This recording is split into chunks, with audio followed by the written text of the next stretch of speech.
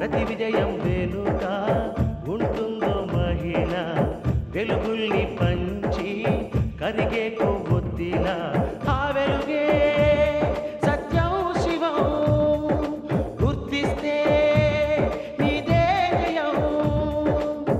ఒక మగువ శాపంతో పసివాడే గగనం, ఒక మహిళా శపథంతో కొణికిల్ది భువనం, మధురం నీ చరితం. ఓ మగువా జయీ భవ, ఓ మహిళా విజయీ భవ.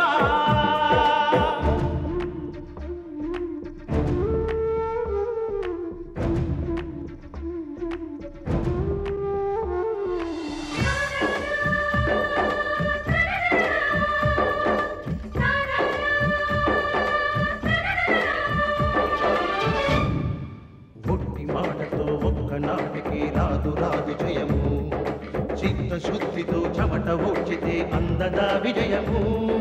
పిడుగురాలిన అడుగు ముందుకు వేయుటే ధైర్యము, మనసు చూపిన మార్గం మొదలగా సాగని పయనము.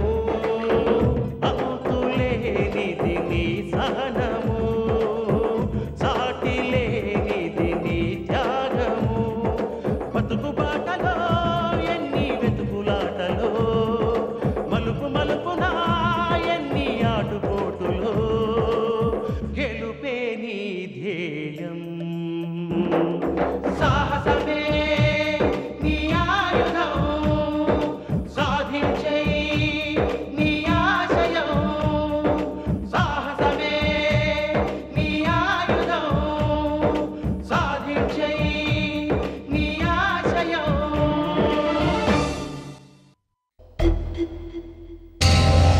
ఏం డాక్టర్, భర్త సంతకం చేయవలసిన చోట నన్ను సంతకం చేయమంటారేంటి? ఫార్మాలిటీస్ అని చెప్పానుగా.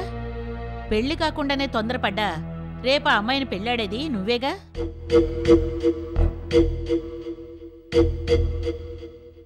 అందుకని భర్త సంతకం చేయాల్సిన చోట నిన్ను సంతకం చేయమంటున్నాను. కాబోయే భర్త సంతకం చేయొచ్చు, ఇందులో తప్పేమీ లేదు. ఇందువల్ల నీకు ఏ ప్రాబ్లం రాదు. సంతకం చేయకపోతే అబార్షన్ చేయడం మా రూల్స్ ప్రకారం కుదరదు. ధైర్యంగా సంతకం చేయండి, మీకేం కాదు. అంతేనంటారా? అంతే. తొందరపడినప్పుడు ఆలోచించలేదు గాని సంతకం చేయడానికి మాత్రం తెగ ఆలోచిస్తున్నావేంటి? చెయ్యవయ్యా, చెయ్యి.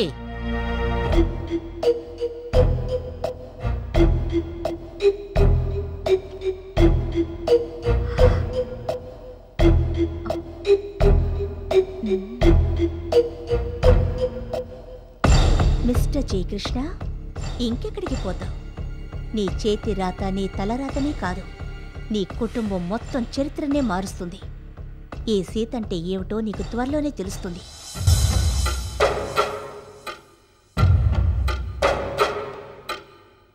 నానా,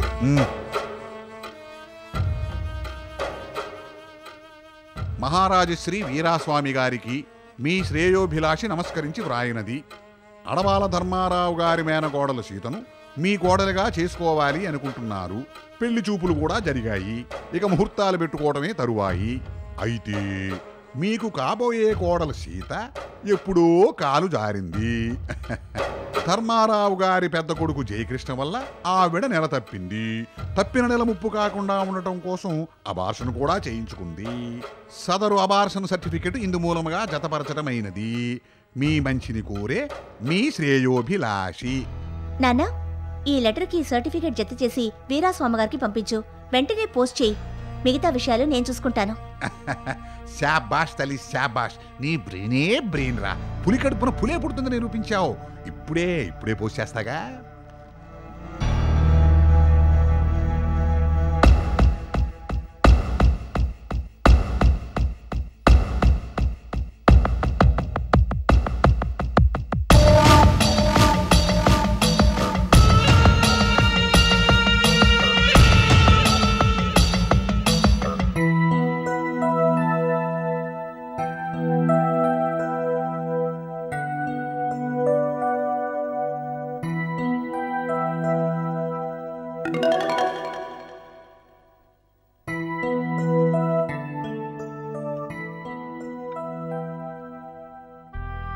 ఏంటండి అలా ఉన్నారు?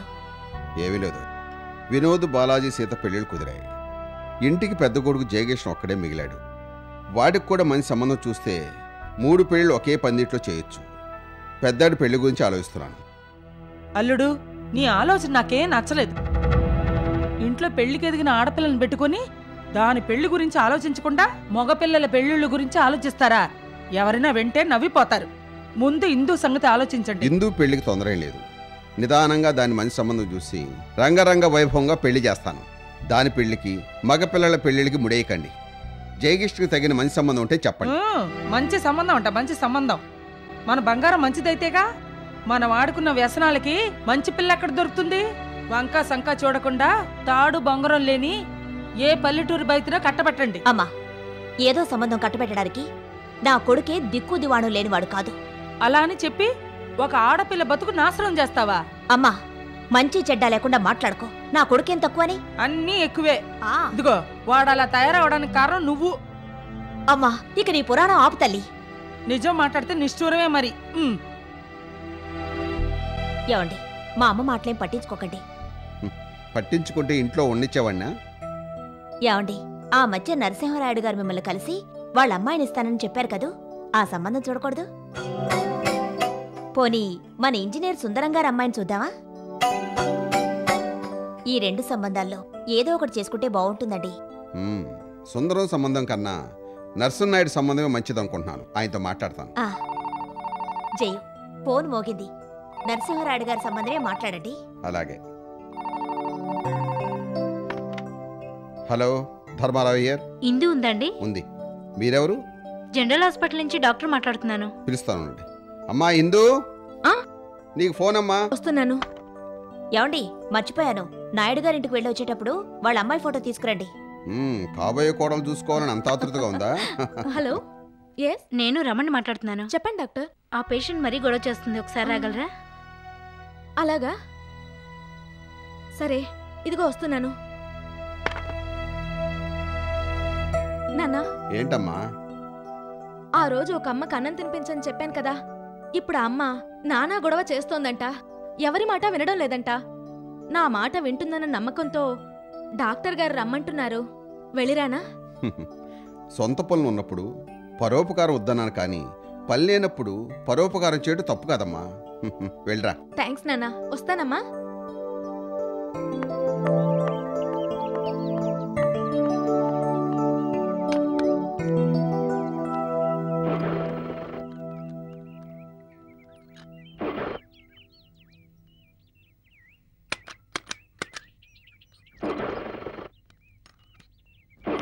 ఏంటమ్మా, ఏమైంది? బండి స్టార్ట్ అవడం లేదు నాన్న. సరే, నేను నాయుడు గారి దగ్గరికి వెళ్తున్నాను. నేను హాస్పిటల్ వదిలేస్తాను రా. అలాగే నాన్న. మణి, బండిది. అలాగేనయ్యా.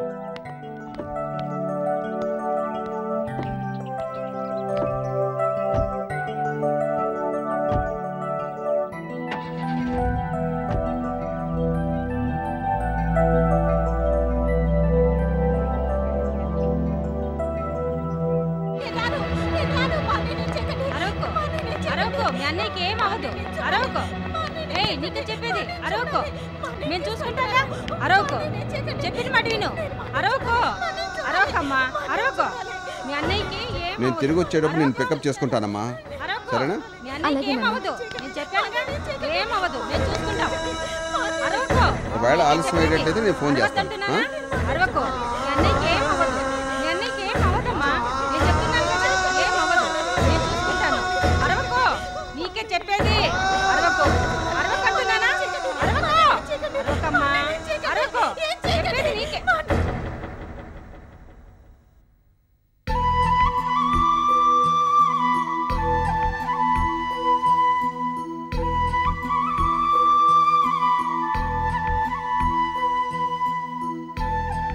సిస్టర్, ఏం జరిగింది? ఏం చెప్పమంటావు? ఈ పేషెంట్ వల్ల మేం పేషెంట్లు అయ్యేలాగున్నాం. ఎంత చెప్పినా వినకుండా హాస్పిటల్ నుంచి పారిపోవాలని చూస్తుంది.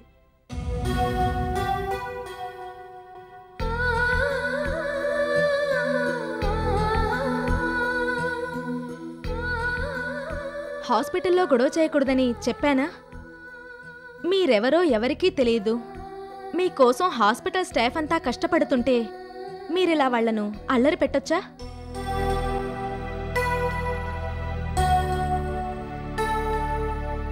రూమ్కి వెళ్దామా? రండి.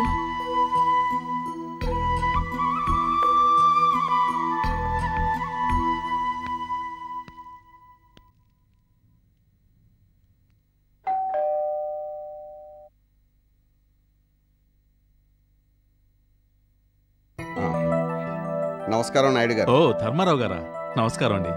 బాగున్నారా? బాగున్నాను సార్. రండి రండి, కూర్చోండి. ఏమిటిలా వచ్చారు?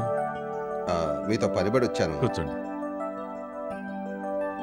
ముందు కాఫీ తాగి తర్వాత తీరిగ్గా మాట్లాడుకుందాం. యమునా, ధర్మారావు గారు వచ్చారు, కాఫీ తీసురా. తెస్తున్నానండి. ధర్మారావు గారు, మీ చెల్లెలు వివరాలు ఏమైనా తెలిసా? లక్ష్మి పోయింది. లక్ష్మి పోయిందా? ఎలా? నదిలో కొట్టుకుపోయింది. ఆ సంగతి మీకెలా తెలుసు? ప్రస్తుతం మా బావ బలరాం, మేనలుడు, మేనకోళ్ళు మా ఇంట్లోనే ఉంటున్నారు. వాళ్ళ ద్వారా తెలిసింది. ధర్మారావు గారు, మీరు అనుకున్నది సాధించారు, అనుకున్నది సాధించలేకపోయారు. మీ చెల్లెల్ని చూడాలన్న మీ కోరిక తీరని కోరికగా మిగిలిపోయిందన్నమాట. మీ బావా పిల్లల్ని ఇంట్లో పెట్టుకోవడం మంచిదే గాని బలరాంతో చాలా జాగ్రత్తగా ఉండాలి. బలరాం ఇంత ముందులా కాదు, పూర్తిగా మారిపోయాడు. బలరాం మారాడంటే నేను నమ్మను. మీరు చెప్పినట్టు తను మారితే అంతకన్నా కావాల్సిందేముంది? బాగున్నారా అన్నయ్య గారు? బాగున్నానమ్మా. తీసుకోండి. వదిన్ని చూసి చాలా రోజులైంది, ఒకసారి ఇంటికి రమ్మని చెప్పండి. అలాగేనమ్మా. ధర్మారావు గారు, నాతో ఏదో పని ఉండి వచ్చానన్నారు. ఆ మధ్య మీరు మా ఆఫీస్కి వచ్చి 1000 మందుదామన్నారు. ఆ విషయం మాట్లాడటానికే వచ్చాను. మీ అమ్మాయిని మా పెద్ద అబ్బాయికి చేసుకోవాలనుకుంటున్నాను.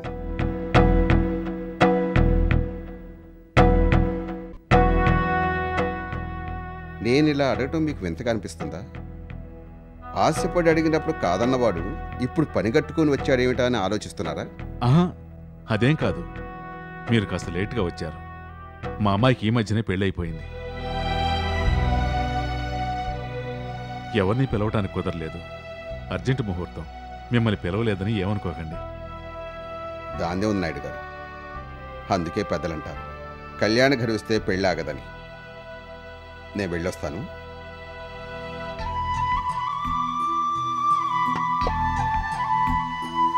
పడుకోండి.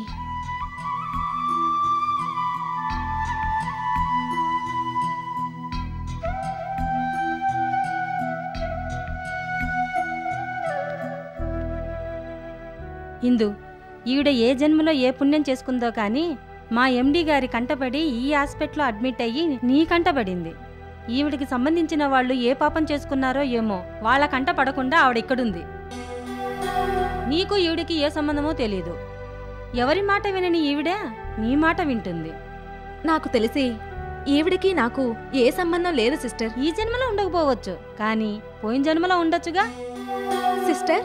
అవునిందు, పోయిన జన్మలో నీకు ఈవిడకు ఏదో రక్త సంబంధం ఉండి ఉండొచ్చు. లేకపోతే ఎవరి మాట వినని ఈవిడ నీ మాట మాత్రమే ఎందుకింటుంది?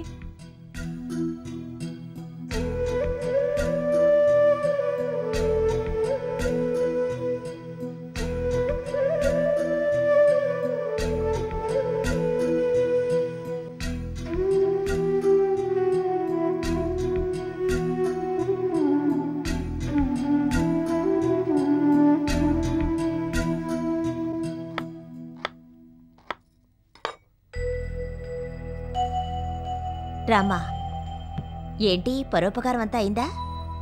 అమ్మా, గత జన్మ జ్ఞాపకాలు ఈ జన్మలో రావడానికి అవకాశం ఉందా? ఏంటి జన్మల గురించి అడుగుతున్నా? ఆ హాస్పిటల్లో ఉన్న అమ్మ నేను తినమంటే తింటుంది, పడుకోమంటే పడుకుంటుంది, నేనేది చెప్తే అది చేస్తుంది. ఇదంతా చూసిన నర్సు నాకు ఆ అమ్మకు గత జన్మలో ఏదో సంబంధం ఉండి ఉంటుందని చెప్పిందమ్మా. ఇందు, ఒకరిని చూస్తే మెచ్చుకోబుద్దవుతుంది, మరొకరిని చూస్తే నొచ్చుకోబుద్దవుతుంది. కొందరిని చూసి చూడగానే అసహ్యం వేస్తుంది, కొందరితో ఆప్యాయంగా మాట్లాడాలనిపిస్తుంది. దాన్నే సదభిప్రాయం అంటారమ్మా. నిన్ను చూసిన వారెవరికైనా ఇట్టే ఆకట్టుకునే గుణం నీ మొహంలో ఉందమ్మా. అంతేనంటావా? అంతే. నువ్వు వెళ్ళి చేతులు కాళ్ళు మొహం కడుకురా, కాఫీ ఇస్తాడు. వెళ్ళమ్మా, వెళ్ళు.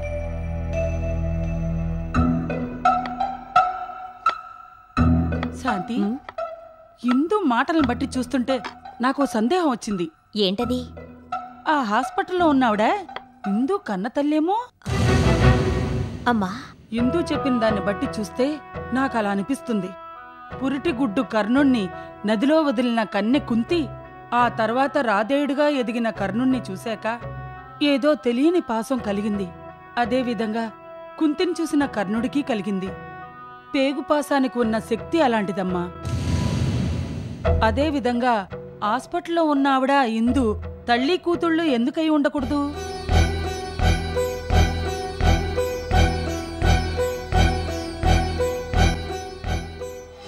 జాతకరీత్యా ఇందు చాలా అదృష్టవంతురాలు.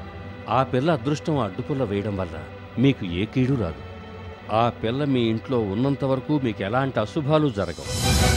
శాంతి, ఏంటి ఆలోచిస్తున్నావు? అమ్మా, ఆ హాస్పిటల్లో ఉన్నవాడెవరో మనకు అనవసరం. పొరపాటుగా కూడా ఇందు జన్మరహస్యం ఇందుతో అనద్దు. ఎందుకని? కారణాలు ఆరా తీకు.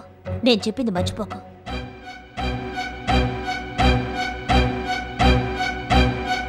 ప్రియాంక ఇప్పుడే బయటికెళ్ళిందమ్మా. మీ పేరమ్మా? ఓకే, చెప్తానమ్మా. నమస్కారం ధర్మారావు గారు. నమస్కారం. రండి, కూర్చోండి. మీరు మా ఇంటికి రావడం ఆశ్చర్యంగా ఉందా? చెప్పలేనంత ఆనందంగా ఉంది. శకుంతల, ఏమిటండి? ఎవరొచ్చారో చూడు. నమస్కారం అన్నయ్య గారు. నమస్కారం అమ్మా. రాక కాదు తొలిసారిగా మన ఇంటికి వచ్చిన మీ అన్నయ్య గారికి అతిథి మర్యాదనే వద్దు. అవతల నాకు చాలా పనులున్నాయి. మీతో ఒక ముఖ్య విషయం మాట్లాడదామని వచ్చాను. చెప్పండి సార్. సుందరం, మీ అమ్మాయి ప్రియాంకను మా పెద్దబ్బాయికి చేసుకోవాలనుకుంటున్నాను. కట్న కానుకలు, లాంఛనాలు, పెట్టుపోతల గురించి మీరేం ఆలోచించనక్కర్లేదు. వాటి గురించి నాకేం పట్టింపులు లేవు.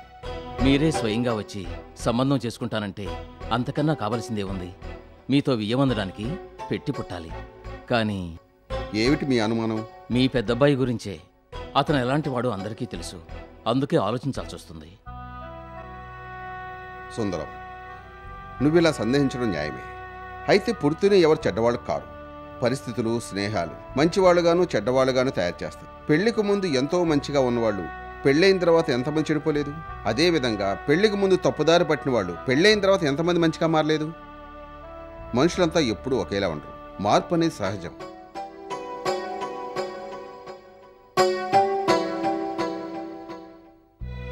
మా వాడిది బ్యాడ్ సర్కిల్.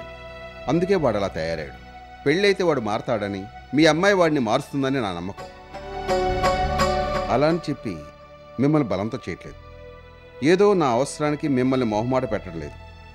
మీరు ఇష్టపడితేనే. ఆహా, ఇష్టం లేదని కాదు అన్నయ్య గారు. మీకు మీ అబ్బాయి మీద నమ్మకం ఉంది, మీ మీద మాకు నమ్మకం ఉంది. మీ ఇష్ట ప్రకారమే కానివ్వండి. గుడ్. అమ్మా శకుంతల, నువ్వేమంటావు? ఆయన మాటే నా మాట అన్నయ్య గారు. సంతోషం. రేపే పెళ్లి చూపులు. మీరు సిద్ధంగా ఉండండి. నేను వెళ్ళొస్తాను. నాకు పెళ్లి చేయమని నేను మిమ్మల్ని అడిగానా? నువ్వు అడిగావని కాదురా, పెళ్లి చేయాల్సిన బాధ్యత మాకుంది కదా. అది కాక చిన్నవాళ్ళిద్దరికి పెళ్లి చేసి పెద్ద కొడుకు చేయలేదంటే చూసేవాళ్ళు ఏమనుకుంటారు? ఎవరో ఏదో అనుకుంటారా? నేను పెళ్లి చేసుకోవాలా? పెళ్ళి కష్టాలు కొని తెచ్చుకోవాలా? రే, పెళ్లి చేసుకుంటే కష్టాలు నీకెవరు చెప్పారా? పెళ్ళాన్ని తీసుకొచ్చేది కష్టాలు కాదురా, సుఖ సంతోషాలు.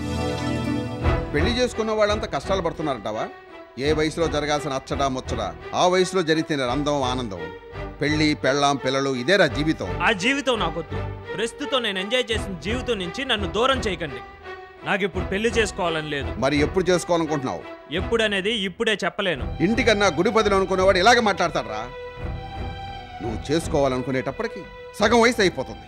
అప్పుడు నువ్వే అనిపిస్తావరా? లేటు వయసులో చేసుకుంటే లైఫ్ స్వీట్గా ఉండదు, లోటుగా ఉంటుంది. ఆదుకోవలసిన వయసులో పిల్లలు చేతికి అందిరారు. అంతేకాదు జయకృష్ణ, చాలా ప్రాబ్లమ్స్ ఉన్నాయి. నాన్నగారు, మీరు ఎన్ని చెప్పండి, ఇప్పుడు నాకు పెళ్ళొద్దు. పెద్దన్నయ్య, ఏమిటా మొండిపట్టు?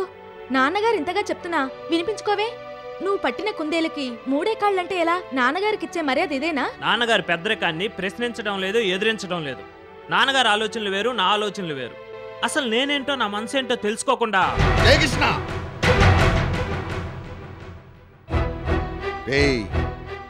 నువ్వేంటో నీ ప్రవర్తనేంటో తెలిసి కూడా చూసి చూడనట్లు ఊరుకున్నాను. నేను నీకు ఇచ్చిన చనువుతో నువ్వు దారి తప్పావు. నిన్ను సరిదిద్దాల్సిన బాధ్యత నాకుంది. నువ్వేం చెప్పినా నేను వినదలుచుకోలేదు. నేను కుదిర్చిన సంబంధమే నువ్వు చేసుకోవాలి. రేపే పెళ్లి చూపులు.